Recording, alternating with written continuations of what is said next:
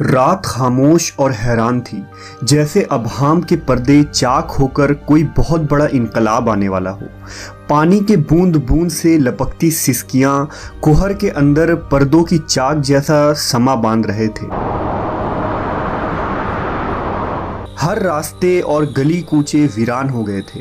شب کے سناٹے میں ماحول کی نندا سی آنکھیں ابر پوش آسمان کی طرف سے کسی گھن گرج کے منتظر تھی۔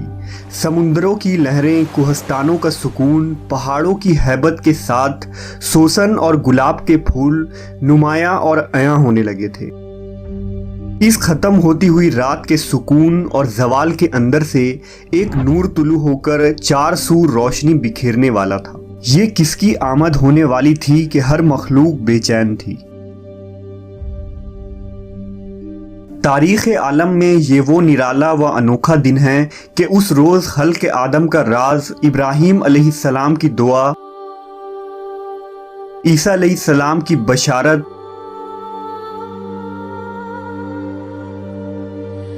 یتیموں کا ماوا، بیواؤں کا مسیحا، مظلوم کی پکار، غریبوں اور مسکینوں کا والی اور پوری انسانیت کا پرسان حال پیدا ہوئے۔ اس رات میں بہت سارے بے شمار معجزات ہوئے جو اسلامی اور دیگر تاریخی کتابوں میں درج ہے۔ اگر ان معجزات کو تحریر کی جائے تو قلم کی روشنائی اور اوراق کم پڑ جائیں گے۔ نبی صلی اللہ علیہ وسلم کی ولادت سے قبل عرب میں خشک سالی تھی اور کھیتوں اور سرسبز شاداب وادیوں میں خاک اڑ رہی تھی۔ لیکن جس سال نبی صلی اللہ علیہ وسلم اپنی والدہ کے حمل میں آئے تو اچانک دنیا ہی بدل گئی۔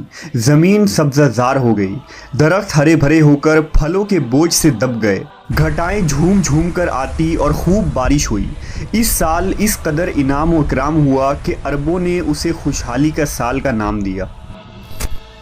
نبی صلی اللہ علیہ وسلم کی ولادت سے قبل عرب کے نجومیوں میں کسی بڑی شخصیت کی پیدائش کا چرچا عام تھا، اور اہل کتاب بھی اپنی کتاب میں جس آخری نبی کی آمد کے متعلق پڑھتے آئے تھے، انہیں احساس ہو گیا تھا کہ اس نبی کی آمد کا وقت قریب آ چکا ہے۔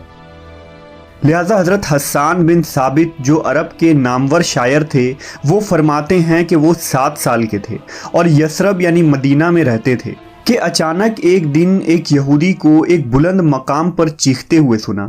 وہ کہہ رہا تھا، اے یہودیوں، آج رات احمد کا ستارہ طلوع ہو چکا ہے جس میں وہ پیدا ہوگا۔ اس طرح کے بہت سارے واقعات عربوں کے تاریخی کتابوں میں ملتے ہیں، جس سے پتہ چلتا ہے کہ حضور صلی اللہ علیہ وسلم کے ولادت کے سال ہی لوگوں کو یہ احساس ہو گیا تھا کہ وہ عظیم ہستی کی تشریف آوری بہت قریب ہے جو دنیا کی تاریخ کو بدل کر رکھ دیں گے۔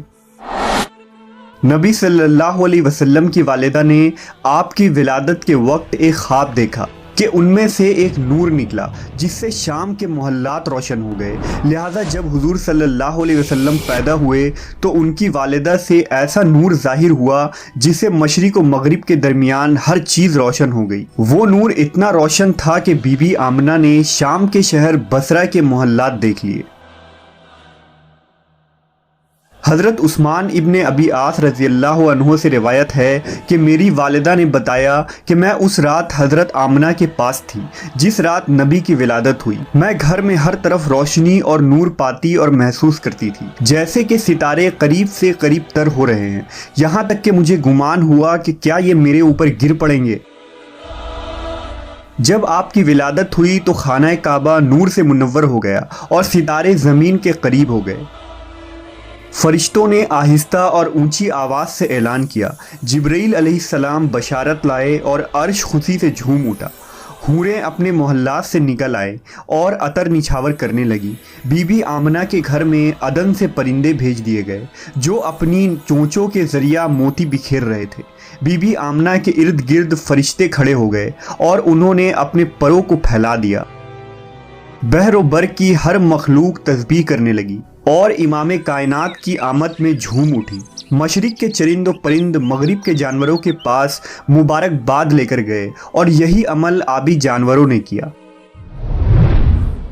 نبی صلی اللہ علیہ وسلم کی ولادت سے کفر کے ایوانوں میں بھی ہلچل مچ گیا۔